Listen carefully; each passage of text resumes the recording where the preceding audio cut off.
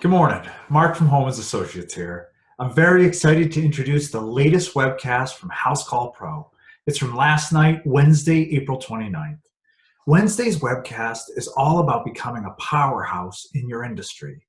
After the Housecall Pro team covers the daily news stories, they're going to be joined by Ken Goodrich. He's CEO of Godel Air Conditioning and Plumbing.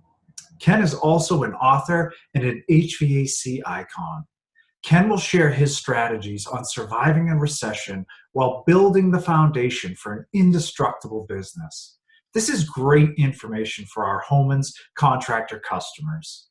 If you're looking for more small business advice and information, you can check out the entire series of Housecall Pro webcasts on our Homans Associates YouTube channel. Just type Homans Associates into the search bar on YouTube and you can subscribe to our channel. Every Tuesday through Friday, we'll post links to these videos on all of our social media pages. And the links are always right at the top of our website page, homans.com/resources. That's it from me. Now on to the webcast. Welcome to the evening update tonight. I'm Alexa. I'm the head of online community here at Housecall Pro. I'm joined by my co-host Roland, co-founder of Housecall Pro, and Mel, our senior vice president of people. Each evening at 5 p.m., Monday through Thursday, Pacific time, we share the state of the world according to the home service industry, and we focus on one main topic or guest. Tonight, we are super excited to welcome Ken Goodrich to our show. If you are wondering where to watch past episodes, go to YouTube, Housecall Pro. It's a whole coronavirus evening update playlist on there. We are now deep in week 7. So there's 7 weeks worth of content and videos in there for you. If you are not yet in the Facebook group, I'll drop the link in here in the chat, but there's over 2,900 members in there now. This is the absolute best place for you to get support and to continue conversations like the one we're going to have with Ken tonight. So right after Mel is done with her state of the world, Ken and I will be back. So Mel, over to you. Great, thank you, and good evening. Thanks for joining us. I'm Melina Fairley, Senior Vice President of People at Housecall Pro. Please feel free to call me Mel. We do come to you live Monday through Thursday, and the goal here is to give you a daily recap of what's going on in the news related to coronavirus so that you can spend your days doing more important things and staying tuned in to all the details. We'll give you all the highlights here every night. And then most importantly, we bring you guests and advice and inspiration and a sense of community. So by way of introduction, if you've not joined us before, I am not a reporter or a doctor. I'm a human resources professional. I've been doing this work for over 20 years, and I'm also a homeowner, a mom of 4, and I spent 15 of my career years at the grocery store Trader Joe's during a time of explosive growth. So I'm really interested in tonight's topic because I definitely am interested in the topic of taking something and growing it over time while maintaining culture. So with that said, here's your evening update for today, Wednesday, April 29th, 2020. The Johns Hopkins dashboard is reporting us at 1.03 million US cases. So we crossed the million mark this week, and over 3.2 million global cases. In the US, we are over there, you can see it, over 60,000 deaths at this time, and over 120,000 recovered, so double the recoveries. Globally, global impact, I had mentioned 3.2 million cases and over 225,000 deaths with almost 1 million recovered. So we're really starting to see those recovery numbers climb, which is such a good thing. So as part of the White House's roadmap to relax social distancing, President Donald Trump unveiled a testing blueprint. So you're going to start to hear a whole lot about testing. You know, the idea is that with relaxing the social distancing measures, there needs to be a good plan and availability of tests. So the stated goal is to perform 2 million tests per week by the end of May. Health experts have provided a range of predictions and estimates regarding the number of tests that we'll need. And these estimates range anywhere from 500,000 to millions of tests per day nationwide. So we're still not at that point where we think we've got the testing in the bag. We're still ramping up the testing capacity and distribution. On the economic front, today the U.S. Department of Commerce published advanced estimates for the U.S. economy for the first quarter of 2020. So this preliminary data shows that the U.S. gross domestic product fell by 4.8% over the first 3 months of 2020. This ends the longest period of economic expansion in U.S. history. And this decrease was also the largest since 2008, which was the height of the Great Recession.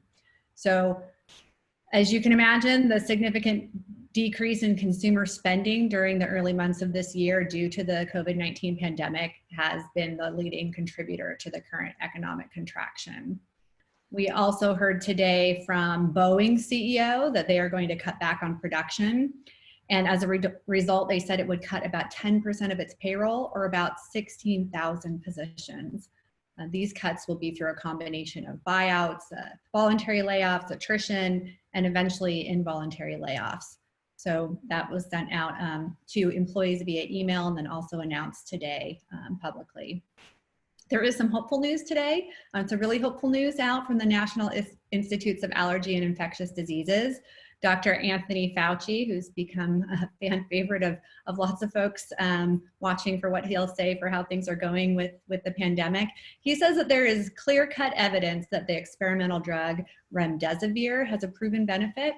So this data is preliminary, but it shows that, quote, there's a clear-cut, significant positive effect in diminishing the time to recovery. And this was from Fauci today at the White House. He said that the study group, so they had some that received a placebo and some that received the drug.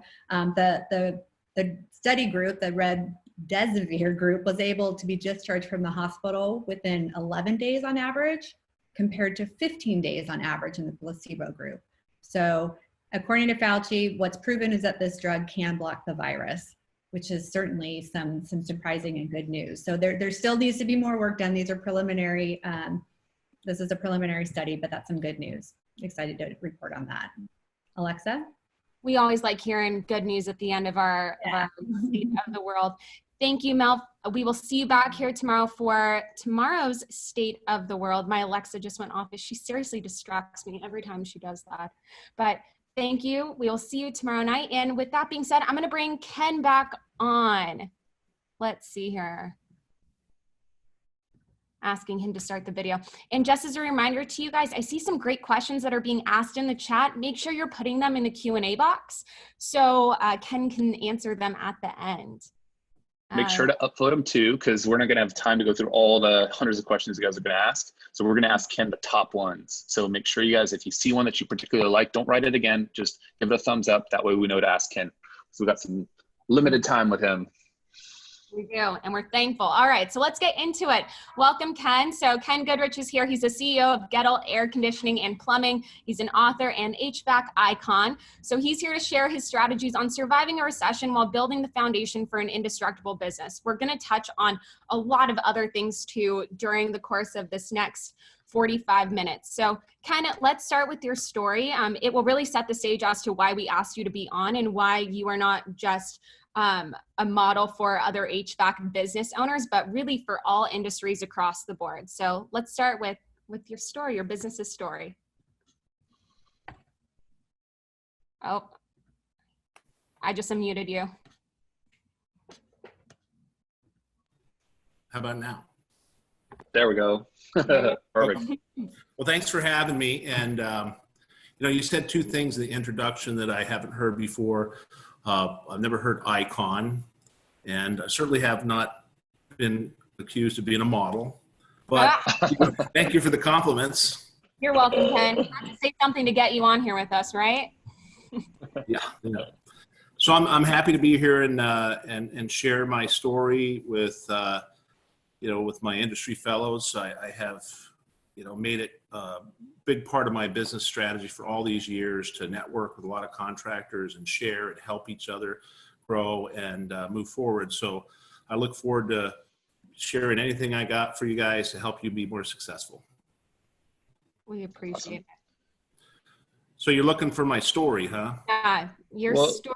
Starting off from 10 years old with the flashlight, helping out your dad and kind of working your way up to, taking it over. I think a lot of our pros would definitely appreciate that, knowing kind of where you started from, because obviously you have a big business now, but every story has a beginning. And, in fact, you've started, for a long time, just building when you were young, when you're small. And a lot of our pros that are watching, are still trying to figure out, how they get to their first $1 million in their first year, and then to 10 and even beyond that. So you're right in that right range, but I think you've got a great story, especially from what I've heard.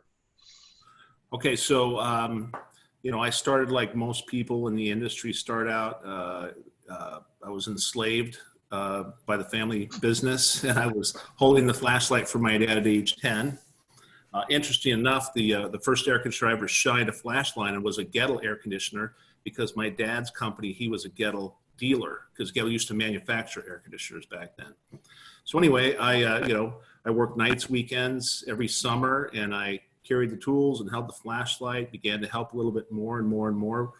By the time I was 16, I was a service tech. I got my driver's license. The day I got my driver's license, he gave me 3 calls to run. And I ran the calls, and I've just been in it my whole life. I went through that process, got out of high school, went to college, got me a degree in finance, and thought it'd be something fancy where you wore nice clothes, suits and stuff to work and go in high-rise buildings, because air conditioning is not as glamorous and pretty tough to do. That's what I thought at that time. So anyway, but I was getting job offers that were significantly less than what I made at air conditioning.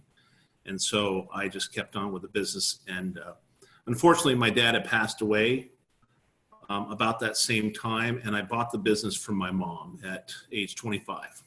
And so that was my first acquisition at 25.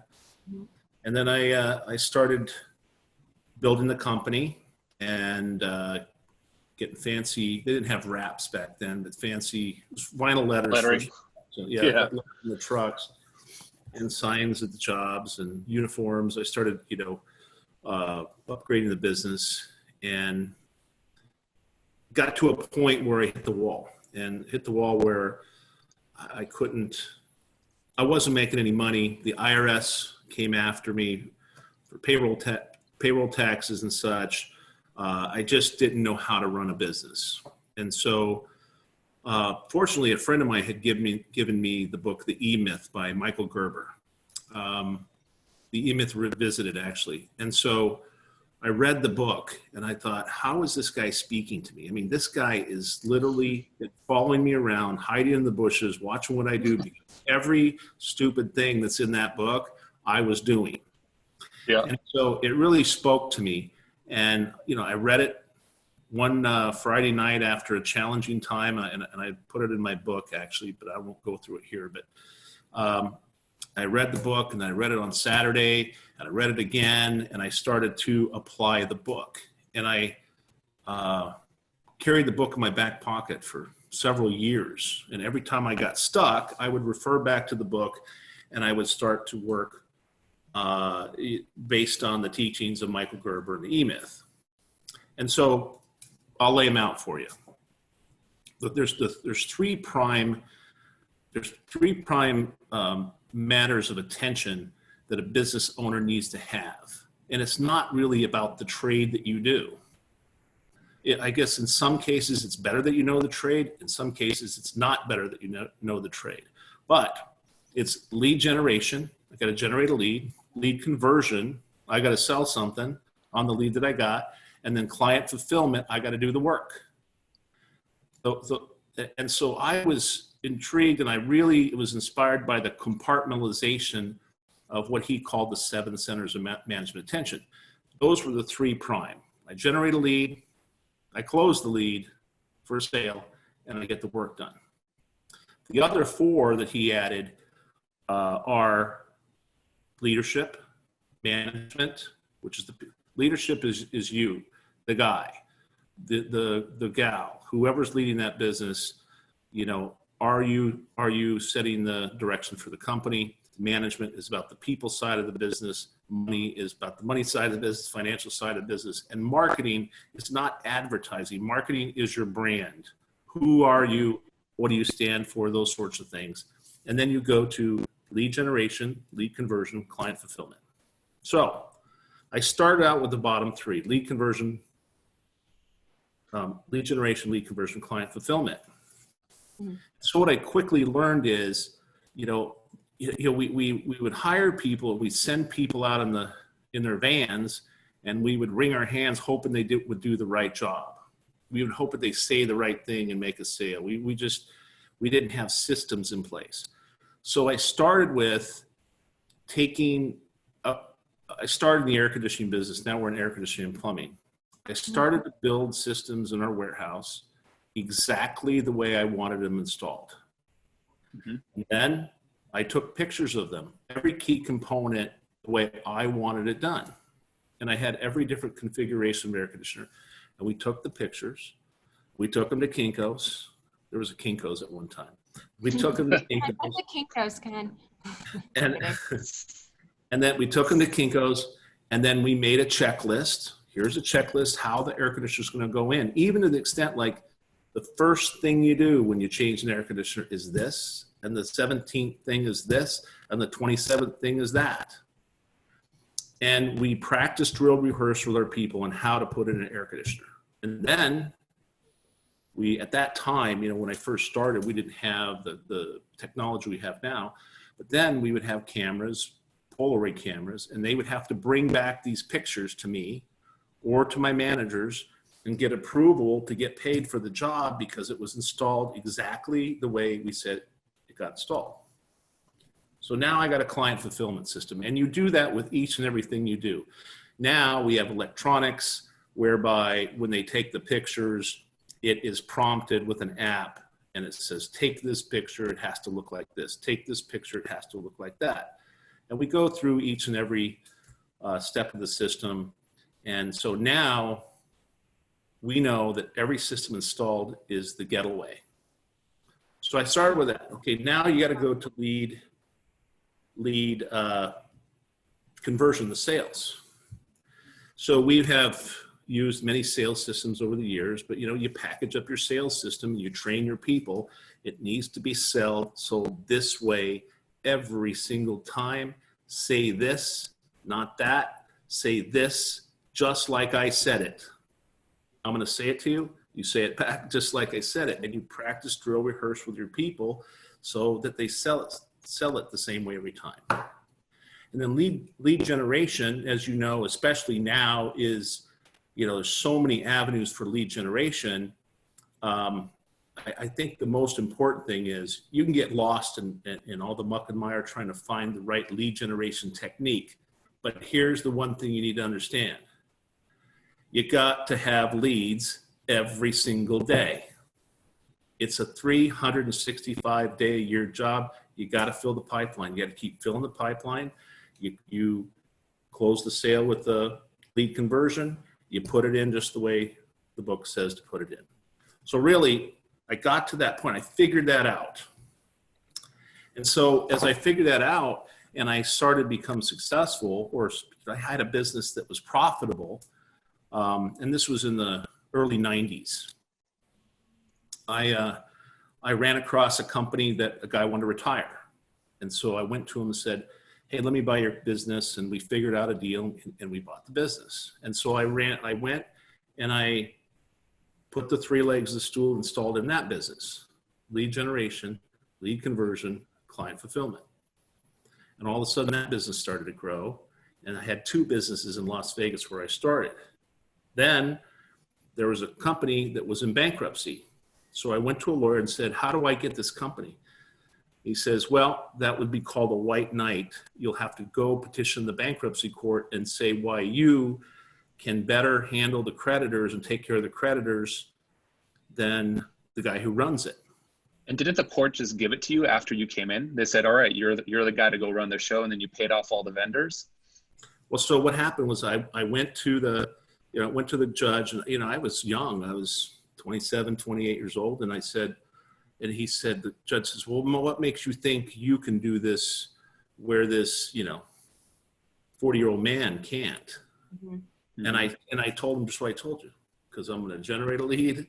I'm going to convert the lead to the sale, and I'm going to, have a system to put the systems in. This is why he failed, and this is what was absent of him. This is why he was absent of the systems. That's why he was challenged, right? So anyway, he gave me the business. with the understanding that I would pay the creditors back. So I took that business. So I had 3 of them in Las Vegas competing against each other, 3 broken businesses at one time that turned into very successful operations because we just followed the systems. We just created systems for the business in every single thing we do. I think where a lot of people get tripped up on is like, oh my gosh, I think this system is this ultra complex thing. And I think on one of the threads in one of the Facebook groups, you just posted, they're just simple checklists. Just start out with checklists for everything and just start documenting checklist. So how did you get to the point where you weren't just the one creating the checklists? So let me say this first.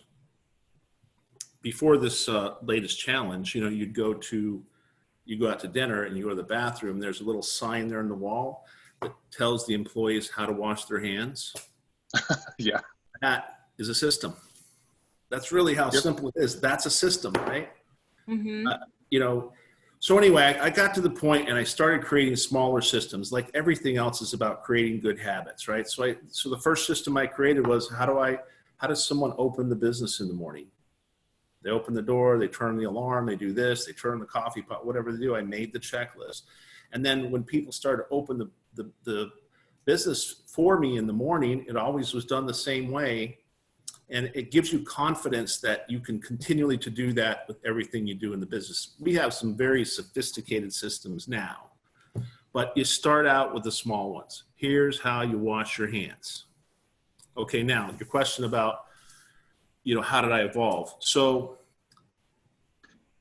I got to the point where I needed some help, and I got to the point where I had people that followed my lead generation, lead conversion, and client fulfillment systems, right?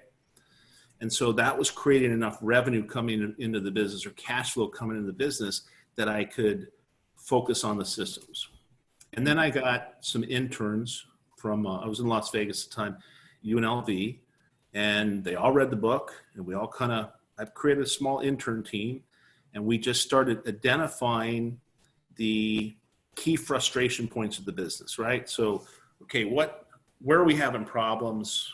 And we would rank those by, priority, and then we would attack the problems, and we would make the checklist. We'd make a checklist or quantifying mechanism to tell you the answer. We just made a team that did that. And from that point on, right now I have 3 full-time, highly paid individuals that work on my innovations team. And that's what we call our business, it's business systems development, but it's our innovation team. And that's all they do.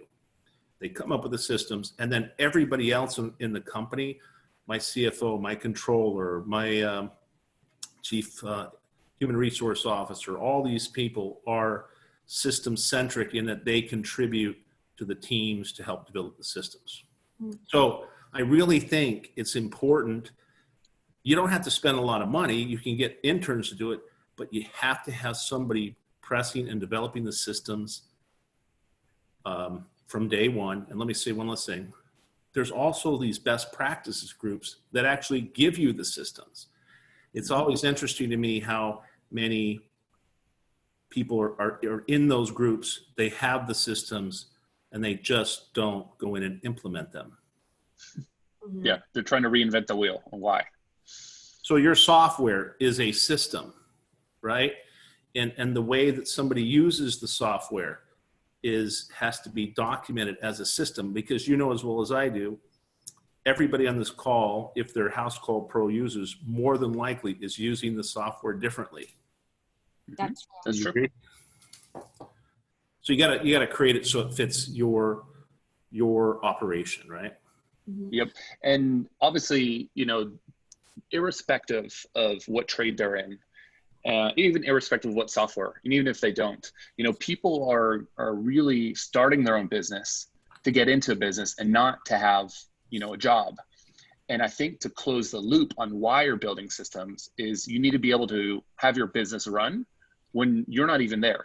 So if you have to be there physically every single day, or you feel like you're turning the wrench, you're really not working on the business. You're really not putting the systems in place to allow it to run. And inevitably, it really doesn't become an asset. It's almost like a liability. And you have to show up every day. And that's not the reason why you really got into it, just to have another job. Right. And, I'll say a couple of things to that point. And I'm going to say this, but not to brag. It's just, I want to give the guy that is starting out in a van or the various levels. One, I have been there. I have been on every place of this journey in this business. And I've made every mistake, probably times 3. But I just want to give you a little perspective. To your point, a business is not a job, right? A business is something that you own. A business is something that you build that creates revenues and profits to help you gain your primary aim in life, right? That's what a business is for. It's not you. It's not everything you are, right? So here's a good point. Last Friday, I shared with you some numbers, but I'm just going to go ahead and say it. And this is not to brag. This is to give people perspective. I did my first $1 million day in the air conditioning plumbing service business day. And I wasn't even in the office. Mm-hmm. And so it's because we've refined our systems, put our people in place, everybody's trained, and everybody's choreographed. It's like an orchestra, right? Everybody knows their parts and they're just playing the music. Yeah. And I feel like in order to get to that place, there's really one major component that I think a lot of younger business owners maybe struggle a little bit with. And I know you've got some really strong opinions about this, but obviously there's people that are talking about revenue, which is great, it's your gross revenue. But truly, when you start to understand your business, you're gonna have to think about it from a gross profit dollar. For every dollar you make, what are you actually keeping of that? And I know that in the early days, when you felt like, hey, my business isn't quite at the place where it needs to be. I remember you had said at some point, 2 years in, you're like, oh man, I really I've got money coming in, but I'm not moving forward. And you really started to tune into, okay, let's start thinking about these gross profit dollars. What is the actual money that's retained by the company? Walk us through what kind of drove you there and why it's so important. And I feel like a lot of people always post their top line numbers, but I feel like that profit number is equally as important, if not more so, to really drive that business forward. Yeah, so I put this post on one of the groups recently where I said, we should all talk about our business in terms of its net profit, mm-hmm. right? I mean, I've seen a lot of companies doing 20, 30, 40, $50 million and not making a profit. So we should talk in terms of the profit, and that's not to boast. It's really about to keep your mind straight on what the mission is to create profits, right? And so I learned this, I don't know, I kind of got things together, got my system strategy together. And then I read this book by Tom Monahan, who created Domino's Pizza. Basically what he said was, hire 3 times more accountants than you really need, than you think you need. 3 times more accountants than you really think you need, because he didn't learn how to run the business until he got a hold of the numbers. And this is daily numbers, right? Mm-hmm. And so for anyone getting started out, or if you're in a stuck place, or even if you want to grow, you got to have high fidelity on your numbers. You have to have daily views on the numbers and guide the business by these numbers, right? Mm-hmm. So that's a real key component of building a great business.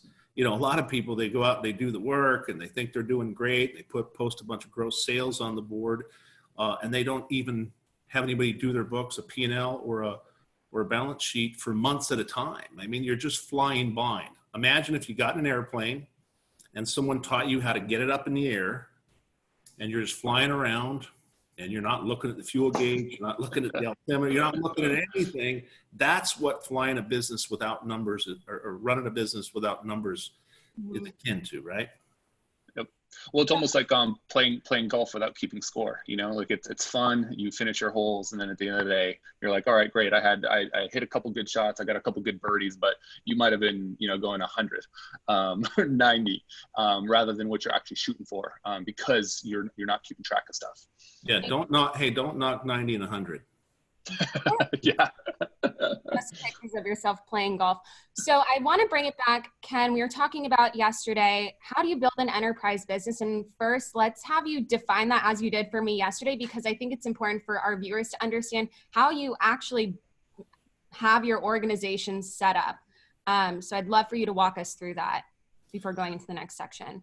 Okay, so you know, what I consider enterprise is a business that is ran by a management team, not the owners or key shareholders. I mean, they certainly can take roles in the business, but really an enterprise is, I've got this machine that works whether I show up or not. So that's an enterprise, because it can be scalable and it can be duplicatable.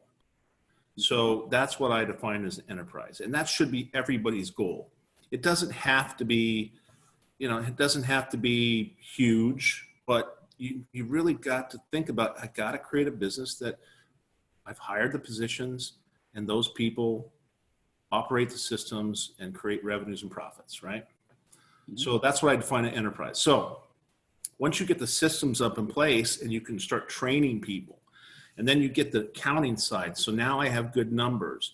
And then I have the metrics side. You know, metrics are, I'm counting I'm quantifying everything in the business. How many times did the phone ring? How many times did we answer the phone? How many times was that a service call? How many times did we book a call? I mean, everything. That's the only possible way that you can improve performance, right? And so, again,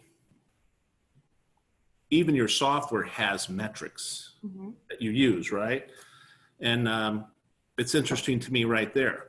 Everyone's looking for the right metrics. There's some right metrics, but it's kind of a personal taste thing. But if everybody that uses your software would just use the metrics that are already built into that, they would have a fantastic company. If they would just use those ones, you don't have to reinvent the wheel. You just have to get in the daily disciplines of measuring everything inside your business. Yep. And I feel like what you said is just all from your business. Think about the lead. Where do you get it from? Okay, so how many calls do you get per day? How many inbound do you get from your website? How many of those do you convert to an estimate? Of those ones that are going to convert to estimate, how many convert into a sale? What is the average ticket price of those? And now all of a sudden you can start building that top of the funnel. Because if you don't have that and you don't know that, you're going to have really hard time measuring the bottom parts of that funnel, because you're not going to have a lot to work with. So, you know, over the years, I kind of went through this whole process, and I figured out, with the help of, Michael Gerber and his books, with best practice groups, with, I've made it a quest for my whole life. If I'm going to be in this career, I'm going to read something on the industry at least 15 minutes a day at night, right? At least 15. And I have every single day for 35 years. And just kind of sharpening your saw, right? So over the course of time, in various different scales and sizes, I've monetized 24 businesses in our space, meaning I've sold them, I've gotten paid to build them, and paid to build them as an owner to sell them. I've flipped them. I've monetized over 120 years of profits in my 35 years of work. You follow me? Mm-hmm. Now, this current operation, Gettle. Again, I'm trying to give you some perspective.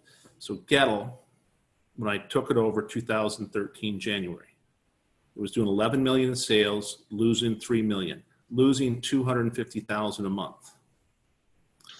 So we got it. We got the put the systems right, got our people right, got the team together, and we started growing. We opened an operation in Tucson. Then we opened an operation in Las Vegas. Then we opened one in Corona, California. Then we opened one in Simi Valley, California. And then we opened one in San Antonio. And out of that whole group of companies, we've we bought some revenue. We bought a few companies, and we're getalizing these companies. Getalizing. I like it as a verb now. We're getalizing these companies, but it only represents 20% of our total revenue. We've only bought 20% of our total revenue. So the rest of it is just comes from operational excellence and applying these systems. Mm-hmm. So you talk about, so then you ask me how we run it. So I have managers, which I make partners in each one of my businesses, right? So I have 6 locations. I have 12 profit centers, 1 plumbing, 1 air in each of the 6, right? And so each of those guys have, they have a great salary, they have a great bonus, and they have some equity incentive to drive the business and lead like they were owners as well. And so every one of my deals I've done, all 24, everybody, my key people were participating in the equity side of the business. And because I just want everybody to be rewarded for their hard work. That's exactly what Mark Cuban said too. He said, hey guys, if you guys do anything, make sure that you give your employees ownership in the business, and that helps align that vision. So I got all those managers in place, and they run their businesses with our systems, right? And then I think really, if you want to know what the key elements of this enterprise that I'm building is, it's this metrics-driven business. Everyone in the business knows the metrics. We report the metrics twice a week. We have conference calls. I don't get on them so much anymore, but sometimes I'll get on. But I have key managers that run the calls, and we go over the metrics. We share best practices. We hold each other accountable, and we continue to grow. So we have built a Southwest region U.S. company with over 600 employees in, from 2013 to now, what is that, 7 years? That's incredible. So I want to ask you about these systems that you're putting into place. Obviously, you've bought and sold and monetized a bunch of companies. You said 24. When you first look at a business and when you first purchase a business, what is the first system that you put in place? The first thing we always do is we put in the client fulfillment system, because there's nothing worse. Like I've had situations when I first bought Gettle, for instance, we literally had to have 7 technicians that were going out fixing all the problems of warranty work and poor installations, right? 7 guys, think about that. And so I just said, we got to stop this.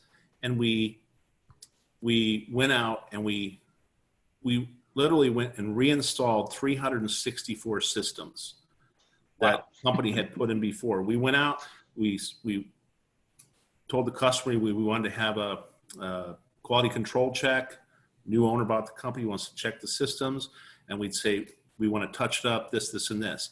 And we did exactly what I told you.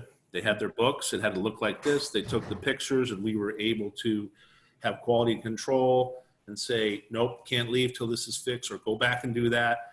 And we tightened up all those pieces and parts. And then that tidal wave of callbacks and challenges went away. Mm-hmm. So the client fulfillment system is where you start. Most of us know the trade, right? And that's where we start. So the first thing you do is build up everything we do, or use technology, use pictures or whatever, and say, I want it to look like this every single time. Just like Ray Kroc said when he said, I want a Big Mac to look like this and taste like this every single time. Yep. It's really simple. It's really simple when you think about it, right? It is. Just like you talked about in the beginning of this, going in and starting with the simplest systems first. What's the most complex? What's the most complex system that you put into place, or like the most advanced one? Well, certainly now with technology, I mean, it can get really, technical. So, now using using softwares with iPads and your pricing systems. And we're now installing systems that actually are electronically diagnosing air conditioners when the tech shows up, things like that. Those are a little bit different than, the washing your hand checklist, right? So they get multidimensional and involve so many different pieces and parts of the business. But we've evolved now where, we're installing a help desk. We have a help desk for our technicians where we can electronically see what they're doing and, coach them for the repairs, as well as see what their gauges are telling them they're doing, and really putting our service quality through the roof, and our commissioning process for our installations as well. Yeah. A lot of questions. What are all the systems you put into place, Ken? I know the chats are like out of control. There's a lot of questions. Are really great. We'll try to get to as many of them as we can after this portion. Roland, what's your next question for Ken? Yeah, let's jump into coronavirus for a little bit here. So obviously a lot of business has been affected. We've published what we call our Trades Health Index, and we're definitely showing that a lot of the essential businesses are actually doing kind of the same, maybe a little bit down, and definitely there's a lot that are even above what they were at their 2019 levels. So when you're thinking about some advice that you're giving to some of the area managers that you have for your different business units, what are some things that you're telling them when it comes to, either lowering some costs, lowering some expenditures to keep that net profit at that same kind of level, regardless of coronavirus or whatever the environment kind of throws at them? So, most of the guys that I know that are hey guys, that's very distracting. We're all working from home. Yeah. Most of the guys that I know they're doing well, have just, kind of stick to this, it's business as usual, and they're actually doing better than their budgets or better than their last year. Right. Mm-hmm. So that's, cutting expenses has not been a real issue. I think people are at home now, and if you go outside of Home Depot, for instance, there's long lines every single day at Home Depot, people wanting to work on their homes. So everybody wants to improve their quality of life. Everybody has time to think about it. So I would urge everybody not to worry so much about this and cutting costs, this and that. It's my experience thus far, people want you in their homes and they want their systems to be reliable. And they also are very interested in some of the other things that we have, like indoor air quality, for instance, or endless hot water with a tankless water heater. But right now, the whole industry has been plagued by this term one-legger. Well, there's no one-leggers anymore at home now, right? And I don't mean to be cavalier about this. I know there's some markets where you just can't go into people's houses, and that community doesn't want that to have happen. So, I mean, obviously in that case, you do have to cut expenses. You do have to contract a little bit, but you just can't stop generating leads, converting leads, and fulfilling the orders, right? You just have to keep pressure on that. One of our key mantras is in our business, there's 52-week recruiting and 52-week marketing, right? I love that. Year round. Yeah, no matter what, even if your business is seasonal, I feel like a lot of pros get stuck up on, oh my gosh, it's low season now. Don't hire, don't even talk to people. And I know one thing that you've always talked about is, give your business card out, take people's business cards. Every single person you meet, that recruiting function is so critical, because in order to hire the amount of people as you need that growth, you do have to be hunting around year round for your company, and not just stop because it's low season or shoulder season. Yeah, I mean, again, there's so much of this that I want to tell everybody. It's so much about the leader, right? The leader, you're the leader. You own the company or building your company, you have to be the leader. So be the leader. I don't, one of my mantras, we run a 12-month-a-year profitable business. It's 12-month profitability. And we go out and we figure out how to get that done. And we pivot, we go into the other shoulder seasons. We say, This is what we sell when it's really, really hot. This is what we sell when it's perfect weather. This is what you sell when it's really kind of cold, right? Mm-hmm. And you pivot and you lead that process. But I personally, my companies have not missed a profitable month in many, many years. And so I just think that, I'm just proof it can happen. You can do it. You just have to get your mind right and lead your people, that you can't build a business on 4 months of profitability. No, regardless of what trade you happen to be in. Obviously, you've done a great job just leading your company, obviously grown to the size where you're at. What would you say are some of the key things that you're doing that's leading to success? Because you seem like a very straight shooter, and I think that some people can handle that and some people can't. So tell us a little bit about your leadership style and kind of how you've gotten to where you are, and kind of what advice would you give the small starting out business that's still trying to figure it out and hire their first 5-6 techs? Okay, so what I learned early on in my career was, yes, you're right. I'm a pretty straight shooter, and sometimes that freaks people out, right?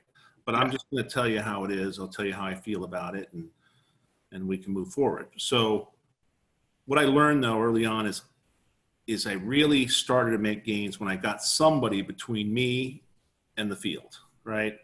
I got a guy who knew how to run. He knew how to manage people better than I did. He clearly understood that everybody has their own language and you have to talk to them differently. And I only had one language. And so, when I got that guy in place, I learned it. And I feel like I was lucky that I fell into that early in my career, right? I had to. I didn't have any choice because I was running through people like water. And so when I got this guy and I figured out how to do it, I could focus on building the systems and charting the direction of the company. So that's a piece of advice I've given out many times. You got to get the guy or the guys in between you and the field so that the day-to-day operations can move on and give you time to think and develop the systems and implement the systems. That said, now I have a management team, and they're a lot more sophisticated maybe than a lot of the field guys. And so they can handle my drive and my push. But I got to tell you, I've spent lots and lots of times of personal development and leadership training and management training to get the skills to be able to have the caliber of team that I have. I mean, I clearly believe, and I'm sure there's somebody on this call who's not going to believe this, I clearly believe I have one of the best management teams in the whole industry. And it's because of our success and because of my ability to bring people in and share my vision. And that's another key thing, more directly for your question, is you got to clearly share a vision and make your place about where people come and it's bigger than themselves, right? I get to be part of something bigger than myself, right? So also I become a good recruiter. Always be recruiting. So anyway, this combination of these things, and then having clear communication, transparency. I know that's a buzzword lately, but transparency. And we meet routinely. We have huddles with our senior management team twice a week. We know what's going on. We set goals. We work hard not to let each other down by not achieving our goals, and we get the work done. So that's the kind of environment I created, and there's some tips in there for everybody. What's a good book that you would recommend? Because I think what you've done exceptionally well is you've learned how to learn, and you keep teaching yourself, and you're open to even taking leadership courses and all these things, where I think a lot of people are like, it's not for me, or no, I know how to do it. I'd rather just bark orders. What's a book that our pros can go pick up or pull off from Amazon that they should be reading on leadership? Okay, so let me say this first. In Michael Gerber's book, The E-Myth Revisited, that is a must read for everybody in this call. if you want to read my version of the E-Myth that I wrote with Gerber, it's an updated version of the E-Myth, and it shares how I applied what he talks about to build my companies, right? So you kind of get the air conditioning, plumbing flavor inside that. But the kind of books that kept me in the right direction are John Maxwell's The 21 Irrefutable Laws of Leadership, and we use that all the time. One great book that's very, very simple that everybody should have. As a matter of fact, if you just did this and nothing else, you would have a great company. Implement the 1 Minute Manager. It's so simple, but it's so refined. Then if you just did that, you would have a great management team. That's awesome. I feel like our pros are always hungry for more knowledge, and these webinars plus reading books plus being in these Facebook groups, there's so much to learn. And if they just do that, you're already steps ahead of the game of someone who's not even willing to learn or look at others for help or mentorship or advice, because they're really not alone whatsoever. So I feel like we've got a lot of questions. Okay, so I actually have one more question for you, Ken, because we had a good conversation yesterday, and you let me know you're up to 640 employees, right? So you started off owner operator. Some may say as such a big enterprise now, you may have lost touch with the struggles of a small business owner. You took us through your entire journey today. Right now, in your current role, when you wake up every day, what is the absolute favorite part of your role as CEO now? So I have my senior management team, and I like to innovate. So, and I got to tell you, since this Corona thing has gone on, where I have time to think and I don't get caught up, and this is a place where I really believe that everybody on this call needs to figure out how to get there, because everyone on this call is the innovator of their company. You got to get to be the place where you're innovating, where you think about how can I do it better? How can I do it different? How can I turn this industry on its head and do something and blaze past it like Uber did, right? How can I do that? And, being home a lot and in my home office, I think we have, this last 60 days, I bet we put in six big new processes different than how we were doing business before. So be the innovator. That's the place that you want to end up. I'm the innovator. I'm the Steve Jobs. I'm not calling myself Steve Jobs, but it was reference. Steve Jobs of HVAC. He's innovated be quite a the bit. Steve Jobs of your company, right? Be the Steve Jobs of your company. The guy who thinks about how are we going to change the world. Mm-hmm. I like That's that. good advice. I feel like there's so many things that coronavirus has changed, and people's attitudes about things. And if you're not trying and throwing out new ideas, you can't expect to go back to what you were doing previous to the coronavirus and expect it all to work. So if you're not doing that, you're going to fall behind. And that's great advice too, because a lot of companies, they get big and they forget about that. And they just rely on the systems they built in the past to hold them through. And that's ultimately why a lot of the smaller guys, they can be more nimble and fast. But you've taken that and just turned it upside down and said, hey, you know what? That's my role now. I'm just chief innovator. And we're going to try a bunch of new stuff, and we're going to keep doing it over and over again. Right. Another thing that I do is, this drives my wife absolutely crazy. I ask advice. I mean, everybody I talk to, I say, hey, what do you think about this? What do you think about that? And, I just take input in all the time and try to sort out what I hear is the best way to do something. And she says, she's always like, well, you make people think you don't know what you're doing. I said, but I do. That's what they think. I like it. All right. Let's go into some Q&A. We'll spend the next few minutes doing that. Roland and I will choose the top questions on here. So the first one is the top upvoted question. Ken, how do you handle negativity said or written about you and your team? How do I handle what? Handle negativity said and written about your team. How do you handle that? Is this about my team specifically or people in the industry? Like customers, you mean? Yeah, customers, competitors. How do you handle it when someone is speaking negatively or writing negatively about you or your team? So so, that kind of stuff can drive you completely crazy. But, one, we always use it as what it really is. It's a metric of how you're performing your work. How are you performing your leadership with your employees? How you're performing your work with your customers, right? And so we look at that very carefully, and we try to make amends with a customer. We try to change how we do business with our employees, for instance, to take away some of that negativity. Now, that said, just here's an example today. I was on Facebook, and I was on a Las Vegas, I grew up in Las Vegas group, because I grew up in Las Vegas. And I'm going down, and I posted a picture of when I flew over the Hoover Dam some time ago.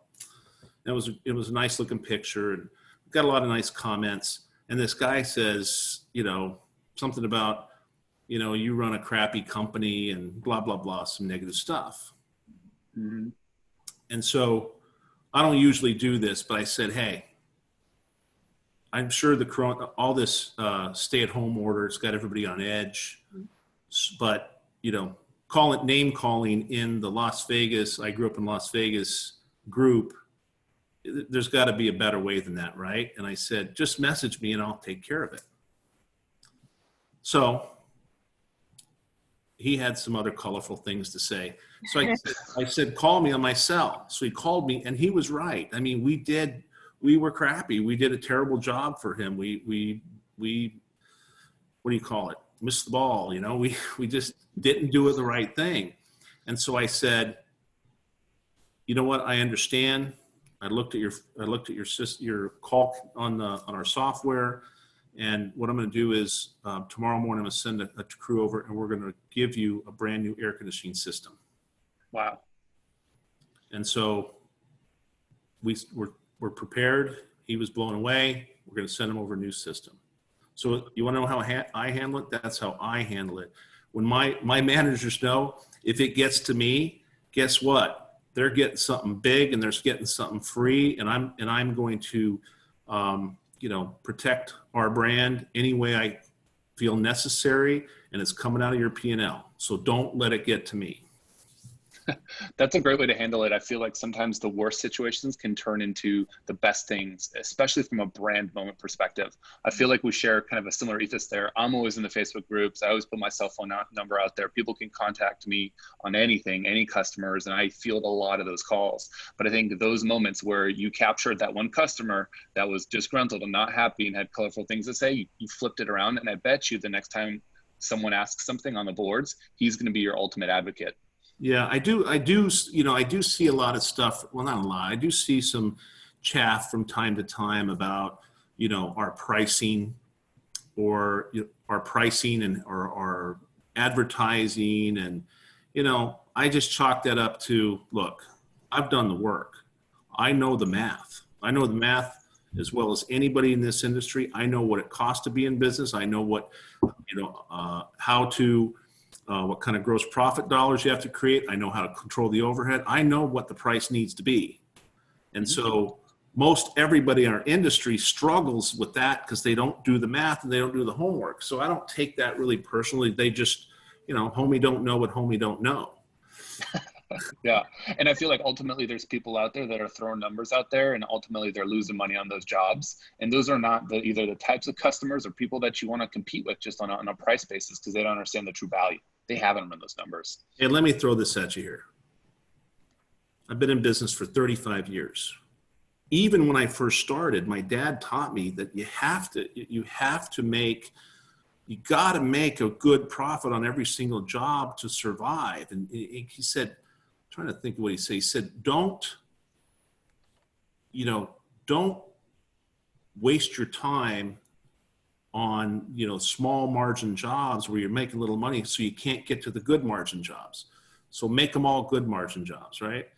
And so we've decided we're going to be the premium provider, premium price provider, right? I'm going to give the best system possible. No one can compete with our system installation, and I'm going to get a premium for it, right?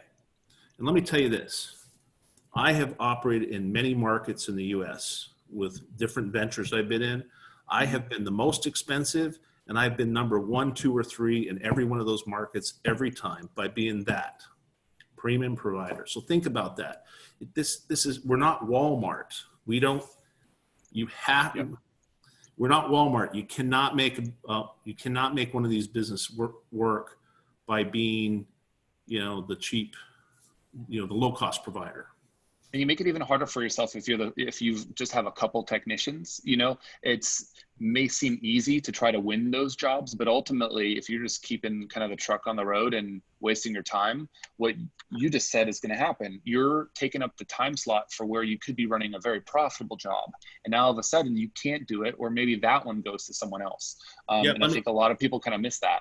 Yeah, let me tell you this. Here's part of my journey. So long story short, I had a little business going. I thought it was a great business. The IRS didn't think so. They took everything I basically had. I was left with 2 guys. One guy, I thought he was doing something in his van with syringes, The guy would stick with me.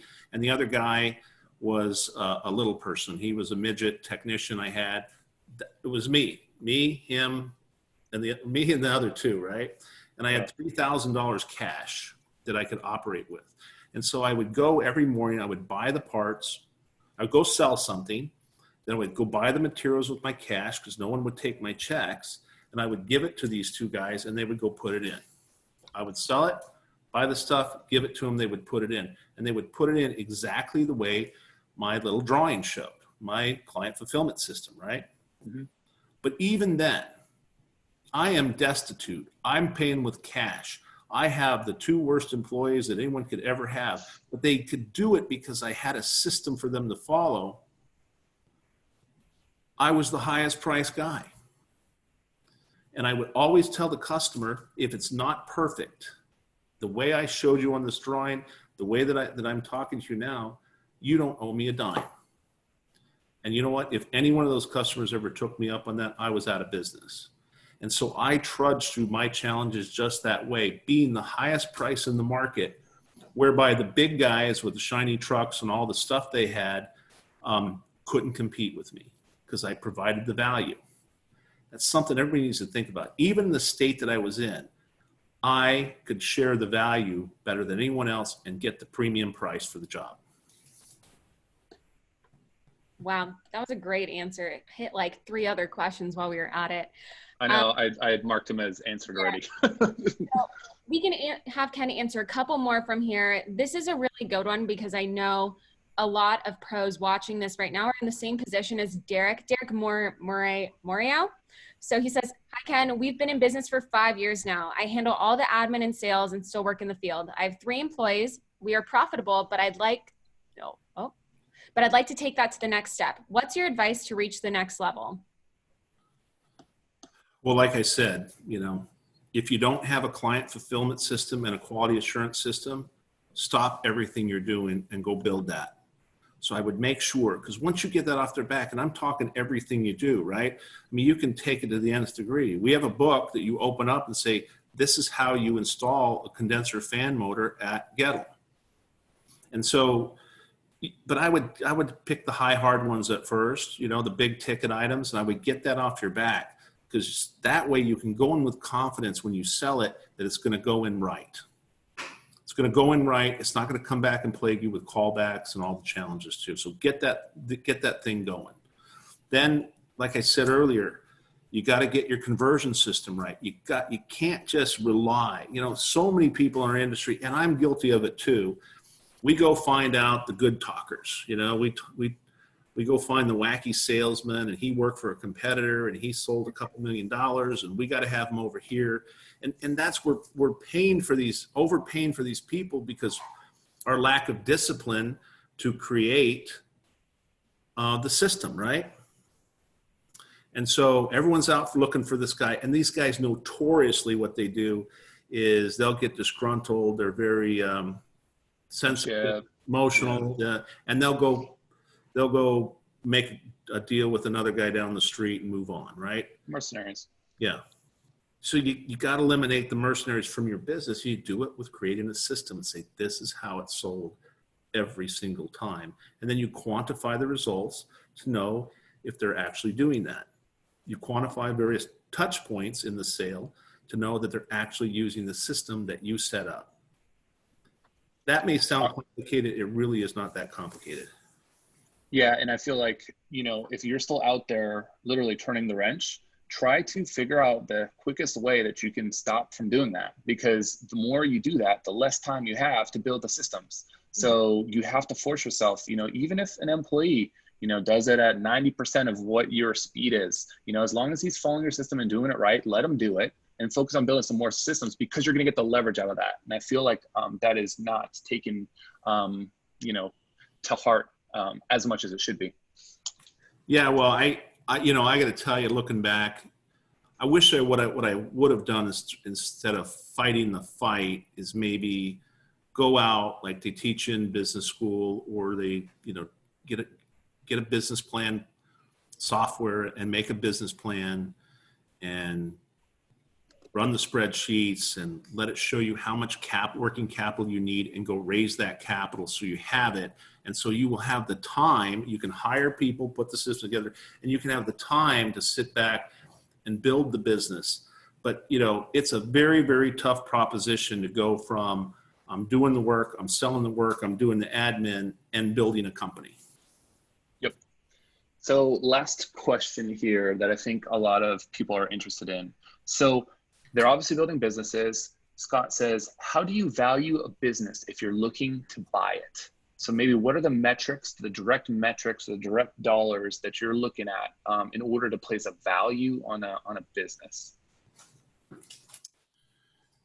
So, I mean, there's all kinds of different ways, but, you know, traditionally a business is bought by multiple of earnings. Mm-hmm. And so, you know, somewhere between 1 and 10 times earnings. Now, in many cases, hey, you guys, in many cases, there's no profits, right? There's not a lot of profitable businesses in the home service business, or very profitable, or much profits. And so, you know, you kind of have to look at the potential of the business, what you think you can do with it. You can't pay people for what you're going to do for it, but you can extract somewhere a number that makes sense. I can pay for this, I can tweak this, I can raise the prices, I can do this and this, and that will change my multiple of earnings down to a reasonable level after the first 6 months. It's getting a little detailed what I'm saying, but most businesses are bought and sold on a multiple of profits. Many companies in our industry don't have profits, so you got to be a little more creative. Another thing is there's so many broken companies in our industry that you really got to look at it as, I'm going to pay it some dollars, and there's no profit on the bottom. So I'm going to pay you some money, but I think with your customer base and your customer touches that I can reasonably predict are going to happen with me going forward, I can create this much revenue. And then you back into the purchase price based on almost like a marketing expense. So for this conversation, you say, okay, I believe that with your customer count that I think is going to move forward with me, because you don't get them all, right? So I look at it like we're going to lose at least half of them if you're going to tuck in an acquisition. So I have half the customer count or call count that I once had, but I impute my average tickets and my margins on it, and then I'll have what I deem to be the revenue of that acquisition, new revenue of that acquisition, and then I'll just back into a marketing expense. I'm gonna pay 10% of that revenue for 2 years. I'm gonna pay 10% of the revenue for 3 years. If I can justify that, I think that revenue is going to carry out for at least 3 years. So there's all kinds of formulas to it. We're actually working on doing some sort of seminar or some sort of seminar on that very topic, but I don't think we have a lot of time on this particular venue to get to all the details of it. So it's multiple of profits, right? And if they don't have profits, you got to be creative if they don't have profits, it's really about buying new customers and how much are you willing to pay for the customers. That's great advice. I feel like we're going to have to, as soon as you have that next webinar, we'll have to share that with our pros, because I know that this gets way more in depth, and that was just literally the tip of the iceberg right there. I don't know anymore how many companies I bought, but it's well over 100. And I when I say buy a company, if I buy a bankrupt company's phone number from the bankruptcy court, I call that buying a company, and I'll mine that database, right? And I've done everything from that to tens of millions of dollars in business companies, and everything in between. And they're all just kind of a unique blend of challenges. So there's a ton of questions left, but we'll have you on again another time. This is super helpful. Thank you again, Ken, for coming on, sharing with our pros your story, some of your tips, some of your strategies, your leadership things. We're going to condense some of this into a blog. We're going to share this one out. Is there any last final one actionable item that you want to leave with our audience here before we sign off tonight? Oh, I'm going to give you two. Okay, number one. So one of my partners and senior VP of Gattle, Landon Brewer, he runs a Facebook group called Service Einsteins. And so, I mean, we just share ideas. We talk to people, he's the administrator, and we get great ideas. We share great ideas. So a lot of this stuff we're talking about, you can have access to myself, Landon, and a lot of great operators around the country by getting on that particular site. And there's lots of best practice groups that are available to everybody to get the help and to get the systems. I've been a member of Service Roundtable and Service Nation Alliance since it started, both of them. And I got a lot of great information there. ACA, Air Conditioning Contractors of America. I've been part of Airtime 500 and PSI. You just really, the information is there for you to have. You just got to go implement it, right? And the next thing is, don't give up, guys. I mean, don't give up. I mean, I was in the, 1987. I was in a 1970 Ford van, overheated, in the gas station, and I took out a yellow pad and I started writing, I can't live like this anymore, and I just started writing what I want to accomplish with this thing. And I figured out that if I was able to develop systems and help other people be successful as well and make a mark on the industry and change it for the better for all of its fellows, that I in turn would be successful. And so from that moment on, overheated van, 1987, it's just been one of my missions to help everybody. So feel free to reach out anytime. We have people come to our offices routinely. Almost every single day, someone is touring one of our businesses. Not lately, but we're in a lot of our businesses, and we're open and share our ideas and help everybody succeed. So if I can do it, you can do it. You just go get the help and implement. This has been amazing. Thank you so much for that really gracious offer. I think all of our pros, everyone that's watching this, would get a lot of value from just visiting, checking out, reaching out to you. That's super, super generous, and we appreciate it a lot, Ken. Thanks so much for being on with us tonight. Okay, great. Thank you. Have a good evening. Take care. Bye, everybody. We'll catch you tomorrow.